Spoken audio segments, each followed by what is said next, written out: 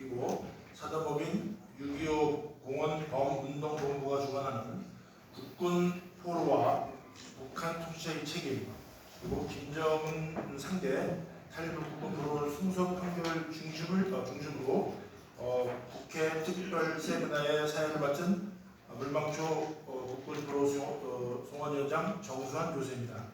먼저 의정 활동에 바쁘심에도 불구하고 본 세미나를 주최해 주신 미래통합당 이명수 의원님과 국군 포로 문제에 대해서 많은 관심을 가지시고 이 자리에 함께해 주신 여러분들께 진심으로 감사를 드립니다. 지금 계획된 시간이 약 10분 정도 경과됐는데요. 시간 관계상 발제와 토론을 해줄 분들을 소개해드리고 바로 세미나를 시작하겠습니다. 먼저 발제를 해주실 김현 변호사님이십니다. 김현 변호사님은 현재 법무법인 세창희 대표 변호사로서 대한변협 회장과 물망초 초대 국군 포로 송환위원장을 역임하셨으며 국군 포로 소송의 의미에 대해서 발제를 해주시겠습니다. 또 첫 번째 토론을 해주실 국중서 변호사님입니다. 국중서 변호사님은 현재 법무법인 JNC 대표 변호사로서 도서 출판 물망초 발행인을 맡고 계시며 대한변협 통일문제연구위원회 위원장을 역임하셨습니다. 탈북 국군 포로 손해배상 판결의 의미를 국제법적 관점을 중심으로 토론해 주시겠습니다. 두 번째 토론을 해주실 분은 엄태섭 변호사입니다. 엄태섭 변호사님은 현재 법무법인 킴스 구성원 변호사로서 사단법인 물망초 국군포로 송환위원회 위원을 맡고 계십니다. 국군포로 소송 판결에 대한 판결 이유에 대한 검토를 주제로 토론해 주시겠습니다. 참고로 발제를 해주실 김현 변호사님과 토론해 주실 구충성 엄태섭 변호사님은 모두 국군포로 두 분의 김정은과 북한을 상대로 한 손해배상 청구 소송에 법률 대리인으로 참여하셔서 지난 7월 7일 승소를 이끌어냈던 변호사님들입니다. 또한 지금 유신현 변호사님 발표에 앞서서 조금 전에 여러분들이 보시는 부조 조각이 이제 진행될 텐데요. 참고로 말씀드리면 여기 지금 모델의 한 분이신 폼페이오 국무장관의 부친께서는 18살의 나이로 해군 일병으로 6.25 전쟁에 참전하셨고 지난 5월 7일 타계하셨습니다. 그리고 또한 펜스 미 부통령의 아버지는 육군 소위로 6.25 전쟁에 참전하여 경기도 연천 지역에서 무공을 세웠고 30년 전에 돌아가셨습니다. 근데 국께서는 생전에 늘 전장에서 돌아오지 못한 용사들이 영웅이다라고 말씀하셨다고 합니다. 이는 풍전등화의 위기 속에서 조국과 자유민주주의를 수호하기 위해 참전하여 전투 중에 불가피한 상황에서 공산군에게 포로로 잡혀 정전 67주년을 맞이하는 오늘까지 돌아오지 못하고 있는 북한 내 생존 국군 포로의 송환을 위해 그 어떤 노력도 하고 있지 않은 우리 정부와 그리고 또 우리 탈북해서 살아오신 우리 살아있는 증인 이 북한 어르신들에 대한 어르신들을 보시는 그런 모습을 볼 때 참 많은 것을 생각하게 하는 그런 부분이라고 하지 않을 수 없습니다. 자, 그러면 지금부터 김현 변호사님의 발제를 들으시겠습니다. 예, 안녕하십니까, 김현입니다.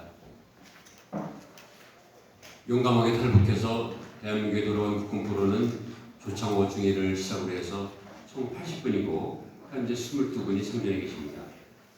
물망초는 가족들의 애끓는 염원을 풀어주고 민족의 아픔을 치유하기 위해서 2013년 국군포로 신고센터를 개설했습니다. 한편 미국 로스앤젤레스에서는 2004년부터 정영공 박사가 국군포로 송환위원회를 설립해서 노력을 하고 있었습니다. 그런데 정 박사가 노력으로 활동이 힘들어져서 물망초는 국군포로 신고센터의 상부 조직으로 미국 국군포로 송환위원회를 인수하기로 했습니다.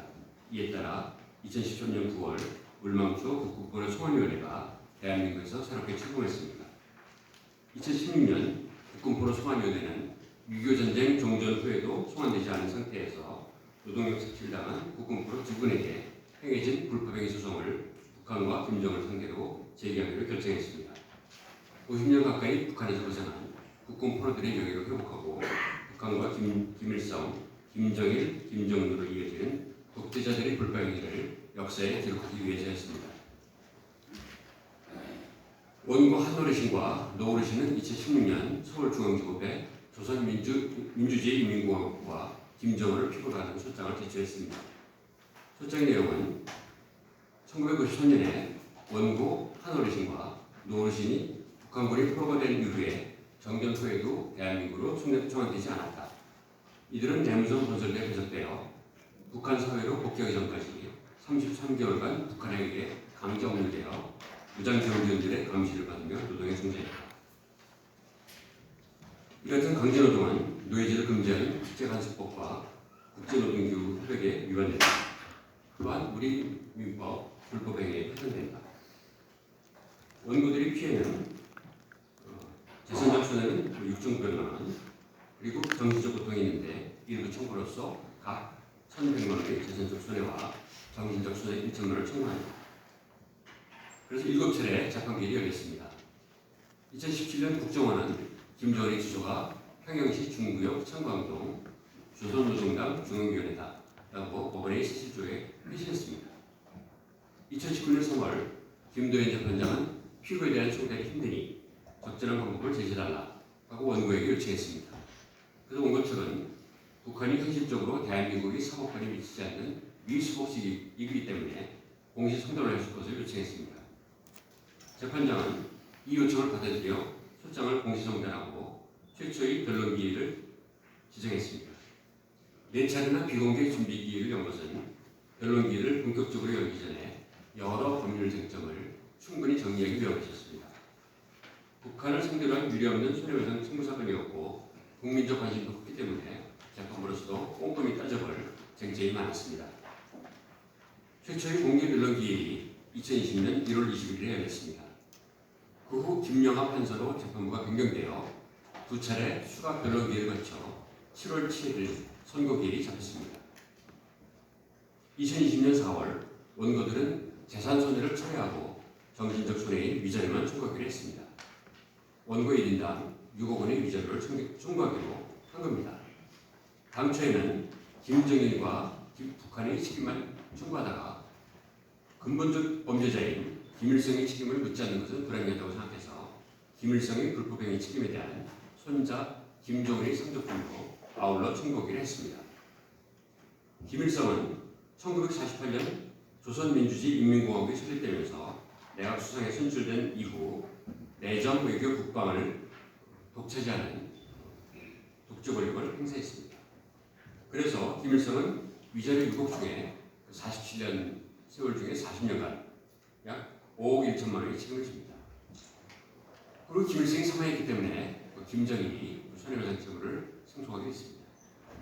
또한 김정일은 1994년부터 2011년까지 북한의 실질적인 지배자였습니다. 그래서 위자료 6억 원 중 7년분에 대해서 원고들에게 책임을 집니다. 김정일 역시 사망했기 때문에 김정은은 이 손해배상 채무를 상속하게 되었습니다. 원고 측은 그동안 상당히 많은 방대한 증거자를 냈습니다. 또한 국제법상 북한이 손해배상 책임을 부담해야 한다는 주장을 뒷받침하기 위해서 학자들이 논문도 청구 자료를 제출했습니다. 불행히도 통일부 하나원 국정원 정보사령부는 원고들이 사실조회를 열심히 신청했으나 협조하지 않았습니다. 예컨대 정보사령부는 원고들이 국군포로 여부는 소관부서인 국방부가 판단할 사항이다. 원고들이 참전병이 조사 자료를 가지고 있지 않다 하고 아주 무성의하게 확신했습니다. 소송 과정에서 주요 쟁점은 4가지였습니다. 우리 법원이 반환권이 있는지, 반환권이 있다면 원고들이 주소를 고려할 때 서울중앙지법이 토지 마당이 있는지, 반국가단체인 피고 북한이 소송 당사자가 될 수 있는지, 김정은이 어떤 사유로 원고들에게 손해배상을 지게 되는지 4가지였습니다. 가장 중요한 것은 역시 북한이 실체가 있는 비법인 사상이다. 이 점이 제일 중요했습니다. 북한은 국가가 아니고 단체이므로 우리 법원에 재판권이 있고 우리 국내법이 적용됩니다. 북한은 고유 목적을 가지고 의사결정 기관과 대표제를 가지고 있고 이를 규율하는 헌법을 가지고 있습니다. 그동안 북한이 당선 능력을 인정한 사례가 매우 많았습니다. 김동식 목사 사건입니다. 김 목사는 1990년부터 연변에서 탈북자들을 돕는 일을 하다가 2000년 납치되어서 2002년 평양에서 숨졌습니다. 김 목사의 가족이 북한을 상대로 제기한 6년에 걸친 소송에서 2015년 미국 워싱턴 DC 법원은 북한이 김 목사를 고문해서 사망했다는 이유로 4천억 원의 손해배상 판결을 선고했습니다. 두 번째는 오토 원별 사건입니다. 2018년 12월 미국 워싱턴 지법은 북한 선전물을 훔쳤다는 이유로 북한에 압류됐다가 귀국 직후 사망한 오토 원교의 부모 신디와 프레드 씨가 북한을 상대로 제기한 소송에서 약 6천억 원의 배상 판결을 선고했습니다. 세 번째로 푸에블로 사건입니다. 역시 미국 워싱턴 DC 법원은 1968년 북한에 억류되어 344일 억류됐던 미국 승무원과 가족들에 대해서 벌써 판결을 내린다고 선고했습니다. 네 번째는 와이스 어네스트 워스 판결입니다. 미국 연방법원은 2019년 북한 선반을 운반하다가 억류된 선박으로서 경매로 매각된 선박을 몰수했습니다. 이 매각대금은 원비어 부모와 김덕식 목사 유족에게 분배될 예정입니다. 다섯 번째, 일본에서도 북한이 지상낙원이라고 제1교포들에게 북한에 건너갔다가 탈북한 5명이 북한에서 일본에서 소송을 제기하고 있습니다. 교류 사례도 많습니다. 이만큼 북한과 대한민국이 교류가 많이 했다는 것은 그만큼 북한이 실체를 가진다는 거죠. 남북 정상회담을 여러 번 했고 스포츠 교류를 했고 헌법재판소도 통합진보당의 목적이 민족 기본 질서에 위반되는 이유로 해석 결정을 했습니다. 손해의 내용을 보면 원고 한 어르신은 1951년 자원입대에서 1951년 중공군이 포로가 되었습니다. 경쟁이 되었는데도 불구하고 소환되지 않고 내무성 건설대에서 강제노동을 했고 북한 사회로 강제 편입된 후에도 탄광에서 열악한 조건에서 광부로 강제노동을 했습니다. 죽음을 무릅쓰고 탈북해서 2001년 퇴역식을 거치고 제대했습니다. 원고 노 어르신은 1952년 자원입대했고 1953년에 포로가 되었습니다. 역시 강제노동을 했었는데 국방부는 1953년 머리에 파편이 박혀 사망했다는 부정확한 사망 원인을 기재해서 원고를 전사 처리했습니다. 원고 아버지는 충격으로 쓰러져 돌아가셨고 원고 어머니는 시신이나 척했다고 현충원 일지를 전달했습니다. 원고 입대 당시 2살 딸은 방치되어 아사했습니다. 국가보훈처에 국가유동자 등록 신청을 했으나 부상되는 것을 입증할 증거가 없다는 이유로 폭력 없이 거부당했습니다. 이 모든 행위들은 군사 정전협정 위반입니다. 그리고 제네바 협약 위반입니다. 포로에 대해서 인도적으로 대우해야 합니다. 포로를 강제노동해서는 안 된다. 강제노역을 금지하는 국제법규 및 국내법 위반입니다. 이와 같은 이유로 2020년 7월 7일 김영환 재판장은 원고 전부 승소 판결을 내렸습니다. 피고 북한과 김정은은 원고들에게 2,100만 원과 그 금액에 대해서 탈북일부터 지연 손해금을 지급하라. 그 이유는 다 같습니다. 원고들은 민법상 비법인 사단인 피고 북한의 대표자인 김일성과 김정일이 불법으로 육체적, 정신적 고통을 겪었다. 법인은 대표자가 직무에 관해서 태안에게 관한 손해를 배상할 책임이 있다. 따라서 북한은 대표자인 김일성과 김정일이 직무로 인해 원고들에게 과한 손해를 배상할 책임이 있다. 피고 김정은은 김일성과 김정일이 상속인으로서 원고들에게 손해배상 책임을 부담한다. 불법 행위가 이루어진 기간을 고려하면 원고의 피해는 적어도 6억 원은 된다. 판결의 의미는 북한과 김정은이 손해배상 책임을 인정한 최초의 판결입니다. 김일성과 김정일이 상속인으로서 북한의 대표자인 김정은이 손해배상 책임을 진다는 것을 명시적으로 인정한 최초의 판결입니다. 앞으로도 북한이 언제든지 우리 민사법정에서 피고가 될 수 있다는 것을 분명히 했습니다. 소장 제출 후 3년 9개월 만에 판결이었으며 법원도 권해를 많이 했습니다. 소장을 피고 북한에게 송달하기 현실에서 서울중앙지법이 과감하게 공시 송달 방법을 선택한 것은 매우 적절했습니다. 두 번째 의미는 국군포로의 존재를 인정했다는 것입니다. 그동안 북한은 국군포로의 존재를 인정하지 않았습니다. 우리 정부도 국군포로 송환 노력을 기울이지 않았습니다. 아직도 문제에 있는 약 300명 내지 500명을 추산되는 국군포로들을 송환 노력에 힘이 붙을 것입니다. 이들을 대한민국 정부가 데려오려는 노력을 기울여야 합니다. 세 번째 의미는 그동안 북한이 저지른 수많은 불법행위에 대한 손해배상을 묻는 소송들이 속속 제기될 것입니다.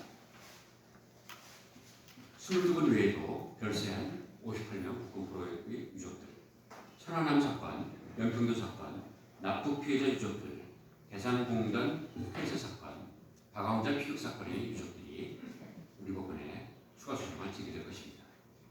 또 북송 일본인 5명이 일본 법원에서 진행하는 손해배상 소송에도 긍정적인 영향을 줄 것입니다. 일단은 경력 공탁금 대해서 우리가 추심을 할 것이고, 그것이 안 된다면 북한이 해외 은닉 자산을 찾아 압류하는 방법을 모색해야 합니다. 앞으로도 피해자들이 북한과 김정을 상대로 꾸준히 우리 법원의 민사소송을 제기해서 판결을 받아들면 언젠가 북한과 김정은의 재산에 강제 집행을 하여 정의가 실현될 것입니다. 소송 과정에서 힘을 합쳐 노력한 변호인단과 박서환영 부지사님의 물망초와 성원해주신 북한 여러분께 깊이 감사드립니다. 고맙습니다. 네, 감사합니다. 김현덕 선생님께서